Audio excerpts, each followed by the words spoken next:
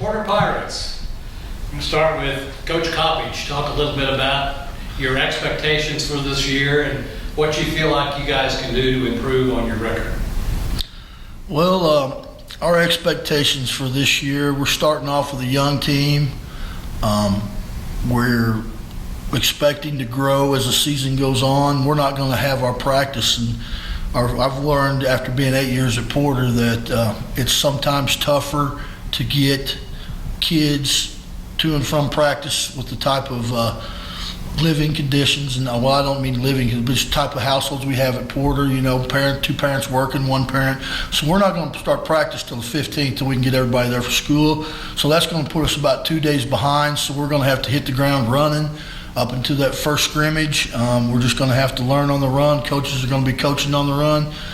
We're going to hit it hard and start building, and hopefully figure out who our quarterback's going to be by the end of that second scrimmage and get ready for Depew the first week and continue to build on success that we've had all the way up to the season. And if that happens, we could possibly be looking at a good year. And worst case scenario, if with only 22, 23 kids out, if we run into a few injuries here, it could be another one of those years where some of those free incoming freshmen are going to have to play. They're not ready to play yet. So it's just one of those that we're just going to have to let it play out the way it plays out, and hopefully we'll keep getting better every week and moving on and getting stronger. You mentioned, we were talking with you before the interview, that you hadn't seen people in the weight room as much this summer, and you kind of alluded that other coaches have seen the same phenomenon. Any reason you think that's taking place? Society, I guess. I don't know. That's a hard question to answer. I don't know if really how to answer that. That's one of those, it could be, you know, that the kids are working more just because they need, households need more income. I don't know. I've got some kids working. I know of some kids that are just flat won't get out of bed. So just one of those, it's a double-edged sword nowadays with summer programs. So, you know, like I told you before, I'm going to have to readjust how we look at our Summer Pride program after this year to where we need to start rewarding kids for being there instead of, you know, having some kind of punishment or extra running for kids that don't show up. And I've talked to coaches at extreme length this summer, and that's the way they're going to. In fact, I called one of my coach buddy last night, and he was returning from the Red Hawks baseball game up at Oklahoma City, and I said, "What were you doing there?" He goes, "I was taking the kids that showed up for Summer Pride to the game. The ones that came, we took them to a game." So that may be something we look at doing in the future, try to get more kids out. I mean, it just seems like that kids are not wanting to be there like they used to, like 5 years ago. They just loved living in the weight room. Now I don't know if the temperature's hotter and we don't have air conditioning in our weight room, and it's tough. I just don't. It's just, well, like I said, it's who knows why, I tell you the truth. So you mentioned a battle for the quarterback spot this year, and you have the two guys here who are in that battle. So we'll start here on the left with Dean Van Boers. And Dean, talk a little bit about what you feel like you can bring to the quarterbacking spot. I just feel like I can bring a variety of things. I just love to play that position, and my friend Jacob here, as you'll talk to in a little bit, is who my partner is. I guess we're going against each other. It's just gonna be a great time competing against him, and going against each other is gonna be fun, and hopefully it'll bring out the best in both of us. Okay, Jacob, same question for you. I think I can bring to the table a little bit of experience being older. It's just having more snaps in the center. Like Dean said, competing is going to make both of us a lot better. I think even having someone to come in and just take a couple snaps, let me get a break, or me helping him out, I think should be very beneficial to the team. As the I guess, guy with the most experience coming back in that position, as you said. What have you been trying to do over the summer to improve yourself? Working hard, just we've been throwing a lot, doing a lot of routes, getting our timing down, working with receiver quarterback relationships, just working on our basics and footwork, just trying to make us better. Okay.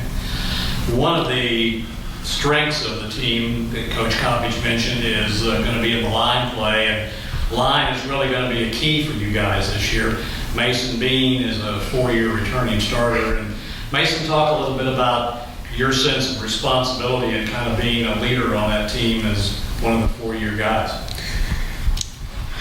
I feel like there's a lot of responsibility on my shoulders. I have battled with some of the returning kids, and I feel like it's my responsibility to help them out as well as help the newer kids out. I want them to love the sport of football, but I also want them to know what they're doing so in the future they can get better and that we can grow as a team this season, and we should hopefully do pretty well. Have you done anything special during the summer? I know you have a business that you work with your brother. Have you done anything football-wise during the summer to kind of improve yourself? Yes, sir. Since I'm working all the time, I usually get up at 5:30. I get up, I go to work. In the evenings, I can't go to Summer Pride usually because I'm working, but I live on a dirt road, so I'll run that 3 miles of dirt road usually 4 times a week. And then I have a weight bench outside, and I lift weights and do sprints. Okay, kind of a newcomer, Jordan McCarris. You're a sophomore. Talk a little bit about what you see coming into the program and where you feel like you'll fit in and be able to help. I see many opportunities in the door, and we lost a lot of seniors last year, and now everybody has to step up and take their spots. So, like everybody said, we have many opportunities, and we just need to get our heart back and have the opportunity like we did. Mason, talk a little bit about the team. You're kind of the senior guy present. Talk a little bit about the camaraderie that your team has. In the past years, we've had some ups and downs, but we usually always end up as brothers on the field. I know that we've had some incidents in practices where somebody get mad, but at the end of the day, we're still brothers and we still grow and learn with each other. And I think that our season this year will be one of the best years for that. We'll all learn and we'll all be able to do well this season. I have faith in them. One final word, a comment from Coach. Looking at some of the preseason polls and stuff, you guys were picked toward the end of your all's district. Do you see that maybe as an advantage that you can, it's kind of a deal where you've got nothing to lose? It might be Absolutely. Absolutely. I've always, even when when I got here 8 years ago and we were picked low, I always told the kids, let them pick us low. We can keep working to get better every day. And if you don't like where you're being picked and you don't like, what other teams are saying about you, you don't like being somebody's homecoming every week, work harder and do something about it. So, there's a reason why we're everybody's homecoming last year, because we weren't very good. And if you don't want it to be that way, you just got to work harder and get better. And it all starts with competition, and that's something that we need to find more of at Porter, as competition in spots, quarterback competition right here.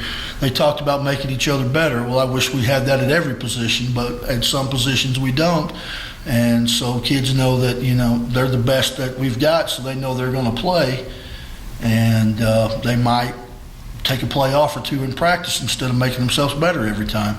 I do know that with these two gentlemen sitting to my right here, whoever does win out by week 1, the other one will be somewhere on the field at the same time. So that's not one of those, whoever doesn't win won't play. They're both going to be two-way starters for the Porter Pirates no matter what happens. So, and I think they know that. You mentioned the line play, and I'm kind of presuming, based on what you told me, that if you had an area where you can't afford to have people go down, health-wise, that's really the place. That is the place. That's the key. If we have injuries on the line, we'll have to play some freshmen probably that aren't quite ready to play, that should be in that situation in a Class A school, but unfortunately they are.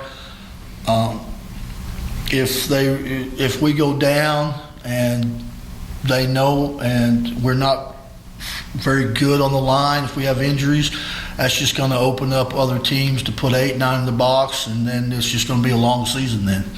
So it's happened it happened last year and it happened the year before that. So that's something that we're trying to get away from. I think that we're starting to get better, and hopefully the line will gel this year, and we can get some movement, and we can.